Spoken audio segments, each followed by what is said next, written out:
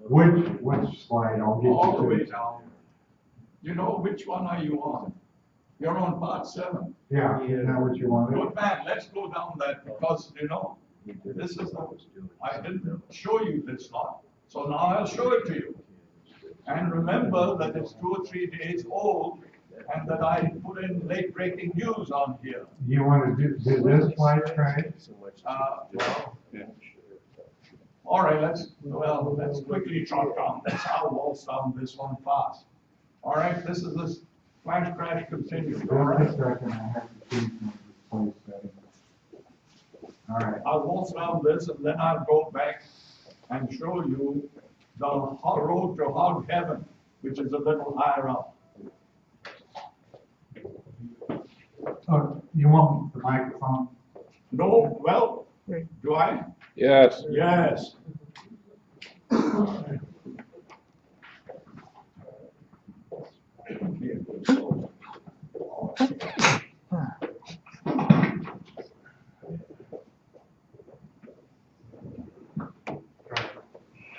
Is that good?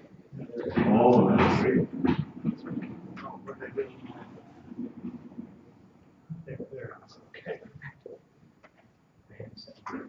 I think this has been an excellent way to learn about flash crashes. And you know, you get onto a terminology, but the mechanics are similar. That's the all important point. And so I say continue from 2015. And it was Mike Scott who woke me up on this. And I said, by heavens, darn right. Next slide. And here you are, look, they're all in the high gear. Next slide. And they say, here you are. Look. Well, let's go back up. One, please go. Look, the canaries are there for a reason. You understood the reason now. Here are the 8 that I picked out in 2013. They're as good as gold today. In other words, they are the cha-cha-cha stocks that were the IBMs and the Intels and the Cisco systems and even the Xeroxes of multi-years ago, right? Even Univac when I first came to this country. And they're the ones now. So keep a beady eye on these 8, if nothing else, and they'll give you a good feel for the yardstick. And look at it. There was only one that was red. All the rest were green.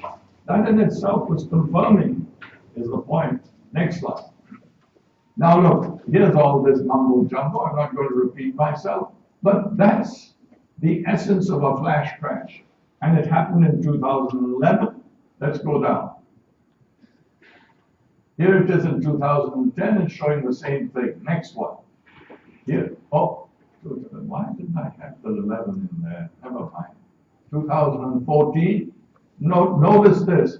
In 2014, we had a V bottom. Very unlikely. But nonetheless, it shows the same mechanics, except it had the strength to move out. And that was back in, last year, this time. This time, look, there's your W bottom. And I'm saying the chances are, given all this overhead supply, that you're going to have some sort of a hesitation before it trots. Who knows? But there are 2 scenarios. One is that it trots, and the other one is that it falls back and gives you some sort of a pullback.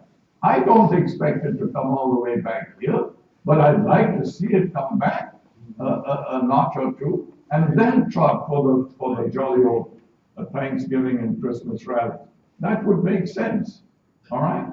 And here you are, it's all forming. The all-important new thing for you, out of all this mumbo-jumbo, is that percent A plus B better exceed 40%. Otherwise, this thing is doomed again. There it is, there's the 40%. And the red had better stay down here, and the green stay above 40.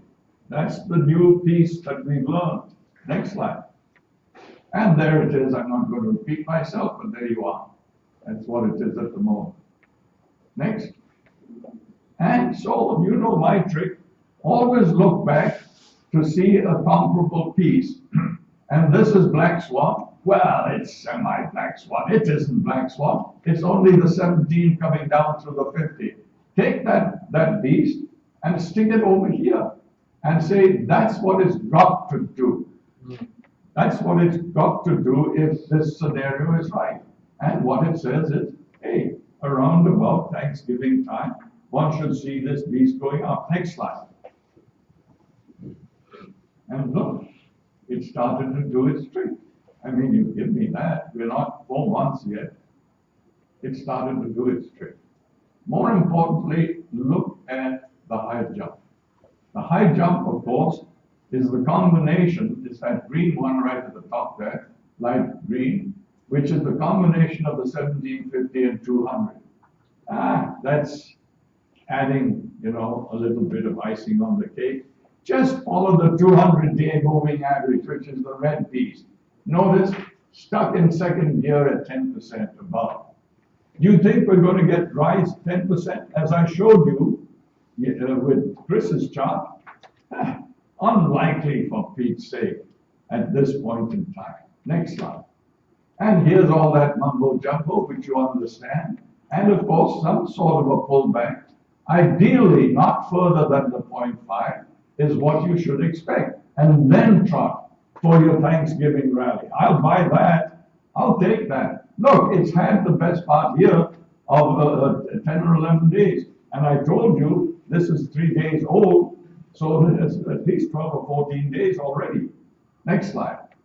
And all this you've understood in terms of the 12 drummers drumming. Next slide. And again, more of the same. And, Paul pointed out an important point, that when you see this chart, you want these two to be in sync. And at long last, you see them in sync. But what's missing is my point. My point is that there aren't kahunas across the board. You got one little tiddly bit over here at the moment. That's all. So it isn't as strong on this leg as it was back here, when in fact it had a complete mess, reconfirming that the trend was down. Look at it. So we want to see more green here between these two. And what does that mean? It means that the bandwidth has got to squeeze. At the moment, there's no squeezing on the bandwidth. It's got to come up again. Come together, I should say. Next slide. And you understand all that. Next slide. Now, jobs report. I don't need to report that. You understood that, all right? Now let's talk back and show you the roadmap to hog heaven. And you'll either believe it or you won't. But let's trot back. This. Go back up. Go back. Trot, trot, trot. Then you better find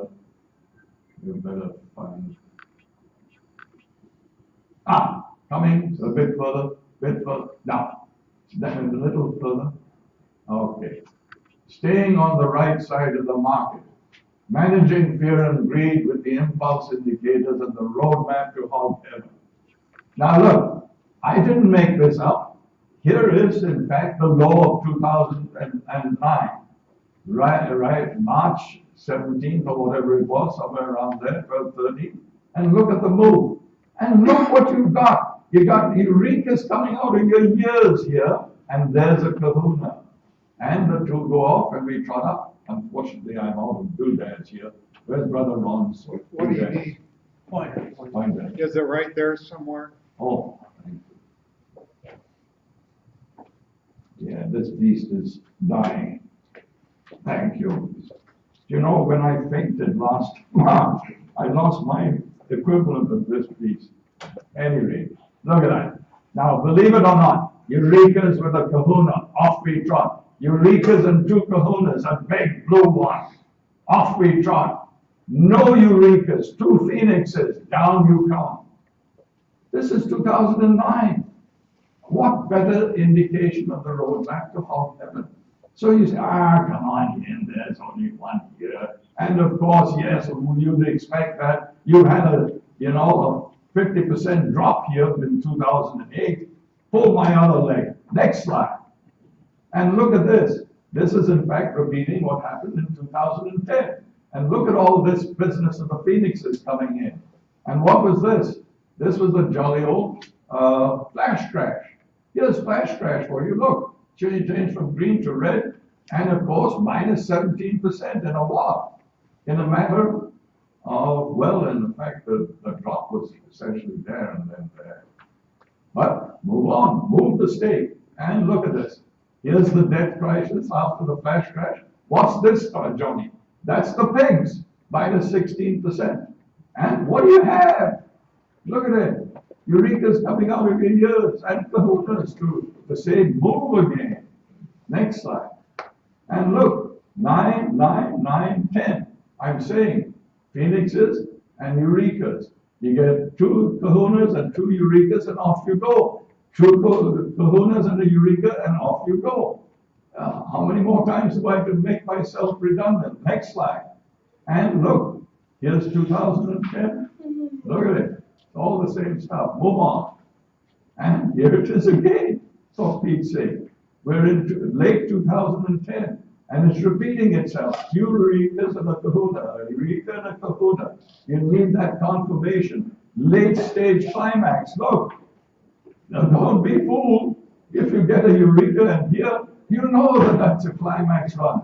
And now you're looking for a Phoenix. And look what comes behind it. Off you go again. And this is 2011. Next slide. And there you are. It's shown you all the governs. Next slide. And again. There you are. Now, here it is repeating itself in 2015 for Pete's sake. All right. Now, let nature take its course and tell you what the heck is going to happen between now and the first of the year. On the one hand, you got good news in terms of drought. You had another piece of good news in terms of jolly old China, right? And what has happened in terms of the euro? The euro is what? At 1.02 euros to the dollar? No, 1.10. What is it? 1.10. It was 1.12. I'll buy that. Okay, between friends. 1.10 euros to the dollar. And we used to see it up at 1.24, 1.40 at one stage. Here it is down at the depths. So that's all good news so far in terms of the economy. And of course, you've got the beauty that, what's her jolly old name? Who took over from Uncle Ben? Yeah, all right. And what does she say? Well, no, we're not going to do it now. And so everything in their mind say, hey, not till March. And what do you think of the next piece? Eh? 4-year presidential cycle. Remember, put all these pieces together. The second year of presidential cycle is when, in fact, is the worst time. Why? You got a new man in, or woman, if it is to be, and you wait the first year and give them the benefit of the doubt. And in the second year, you take it down. So, what's the long-term scenario?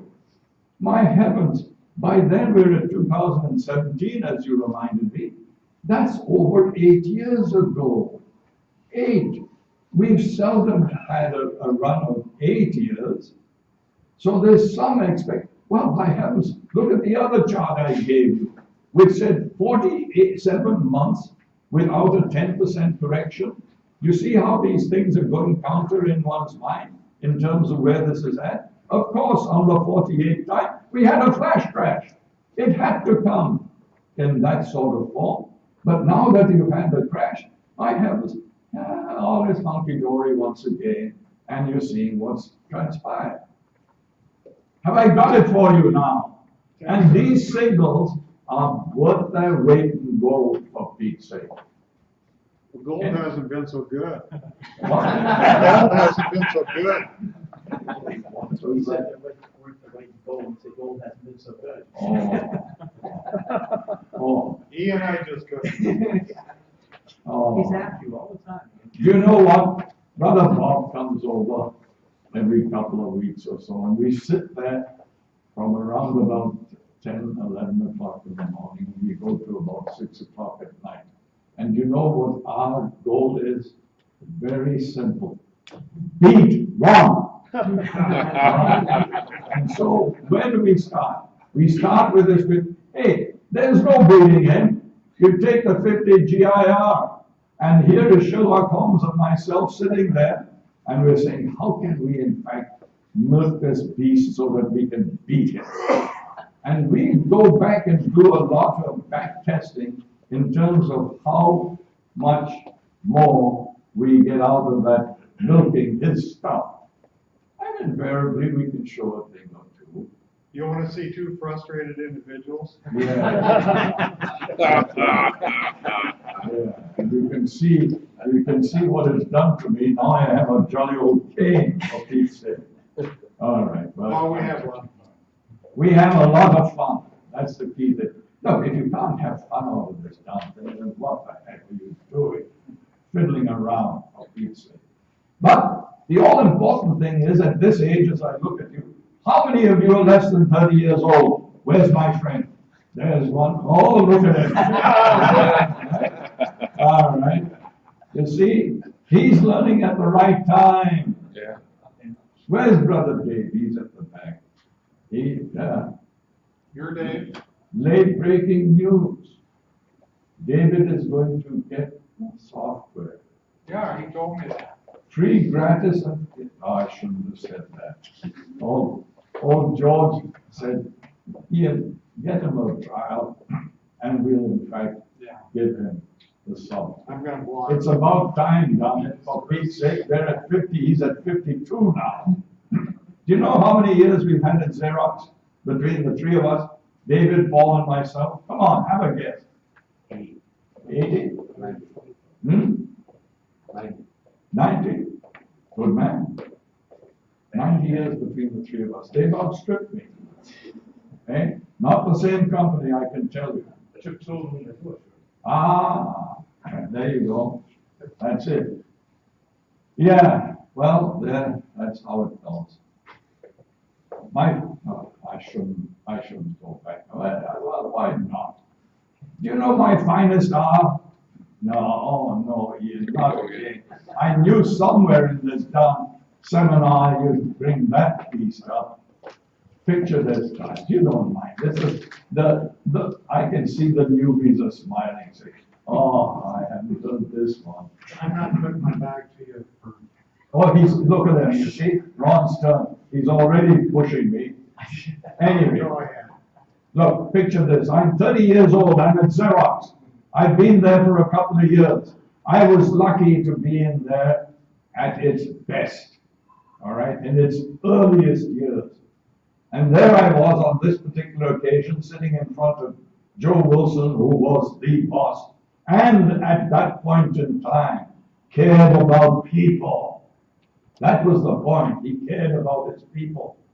And I'm sitting there, and we're due up from 1:30 to 3:30. And he had a boardroom meeting at 3:30. And all the board was there at from 1:30 to 3:30. I went on second.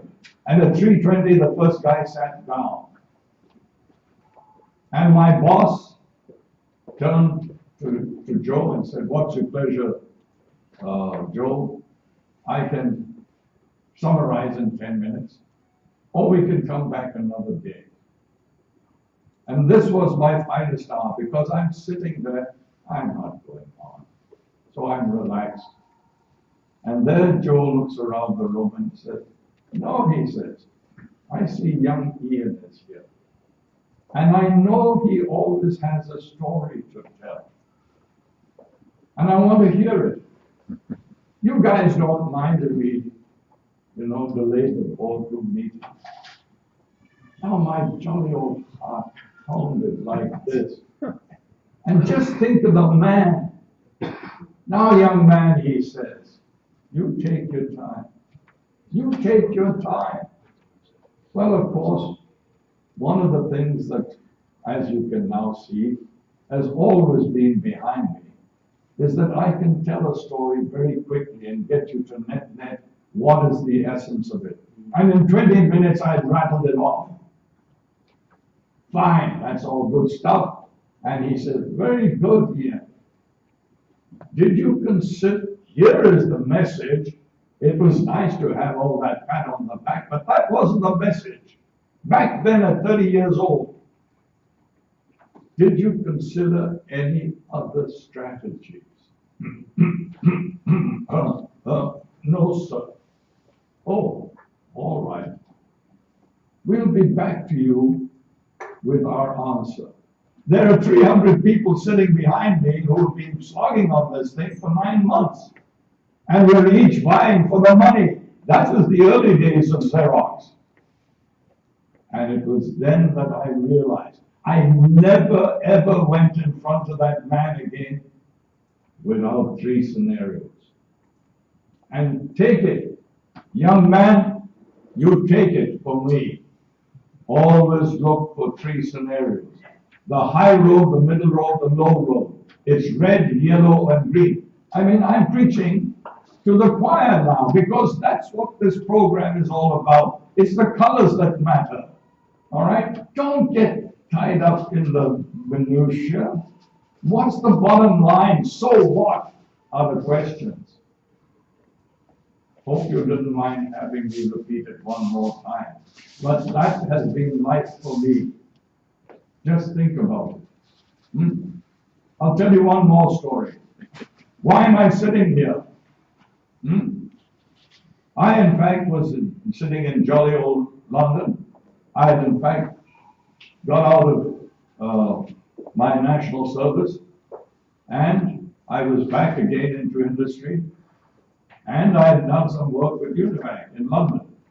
And there were these advertisements in the paper saying, good job going in Philadelphia, Univac. So I called up my buddy in Univac in London. I said, hey, these are good jobs. You got anything in London? Ian, I haven't seen you for so long. Come and have lunch with me. Trotted down, had lunch. He said, well, no, as a matter of fact, there's nothing here. But these are good jobs. Why don't you go for an interview? What? I've been married 3 years or so, 4 years, and we just bought a house in the last year. He says, listen, I bet you don't get past the first interview. Oh, is that right? So I didn't care in the least. I went back to his office. I wrote out my plumbing resume. And would you believe it? I learned this later, there were over 550 applicants. These were in the days of wine and roses, where they were looking for those brain drain. All right? 550. They whittled it down to 80 that they interviewed. And I went along for it, and of course I did, for the interview, and well, it went all right. 2 weeks later, present yourself for final interview. The chief engineer will be out here, and in 2 weeks' time, and there it was. They had whittled 80 down to 25. Cut a long story short, out of those 25, I was one of 13 that came to Univac. Now, before I came to Univac, we were scratching our heads. What on earth do I want to go to the States for? Of course we knew in those days that the streets were paved with gold. My father said to me, and by the way, my wife was a daughter to them, not a daughter-in-law. So they felt for us. And what did he say to me? Son, go for 2 years. See if you like the country, and more importantly, that the country likes you. Wasn't that wise? Timing. And the rest is history. We've been here since 1960. It didn't take but a year for us to realize that the streets were paved with gold, provided you worked for it. And that's been my whole life. Here am I, 60 years married, thank God, and don't have much longer to go. And I hope you don't mind hearing my story, but that is what Woodward is all about. Work hard, play hard, make sure that you protect your money for the old years. One last story. I may have told you this, but I'll mention it again. Don't ever forget the rule of 72. Oh, you lost that again. If the bank back in 1960, as you well know, gave me 4% a year and I had $10,000, it would take me 18 years to double my money. 72 divided by 4%. Where do you think $10,000 would be today if I, in fact, put it with the bank? You can't even get a percent, but let's say on average, between friends that I got 4% a year. I would probably have tripled my money and be at $80,000. How do you think I could live in sunny Palos Verdes on my nest egg of $80,000? Rubbish. The message is you must have some money at risk. That's the message. That's why, from my experience, the all-important thing is the new America. And that's what William O'Neill taught me. The new America. My life was in two companies at the right time.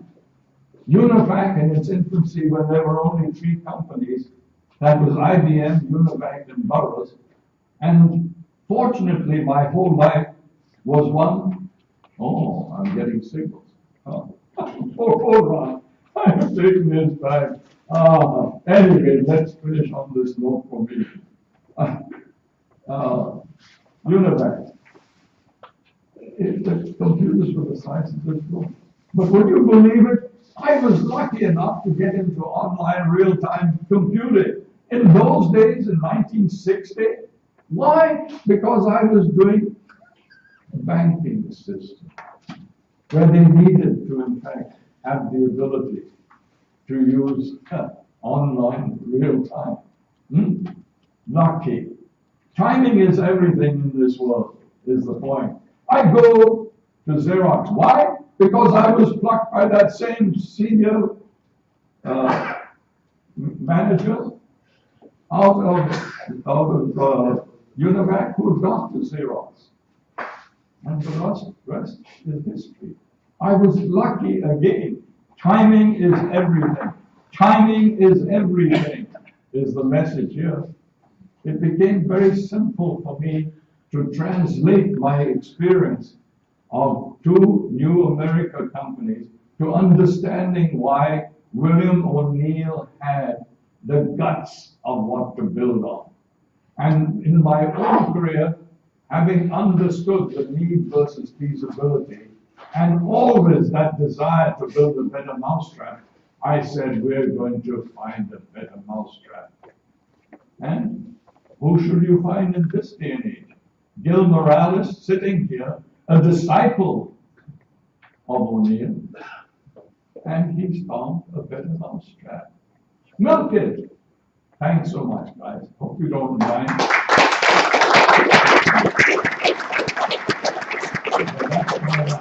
Now let me tell you my story. Just kidding. Hey, well, I'll tell you the story. Here, What you only changed one sentence out of all that story. story? What was that? No, I'm just kidding. No. It's always great to hear your history. So picture this. It's 1998. And for the first time, Brother Ron comes down to hear this guy, Woodward. And he catches me in the corridor and says, Ian, I'm thinking of retiring in 3 months' time. I'd like to hook up with you. I said, oh, yes, sure, by all means. And there it is. You know, it's 17 years later. Probably. And look what he's done to me. He's given me a blowing walking cane. Gave a new lease on life. Yes. All right. Well, I don't know, Ron, have you got any time? I don't think so. I got a high five. Gina, are you ready for us? We're ready. Okay. Oh, well, that's too bad. Eh? I hope you guys don't mind that, eh? Nope, not at all. Young man, timing. Got it?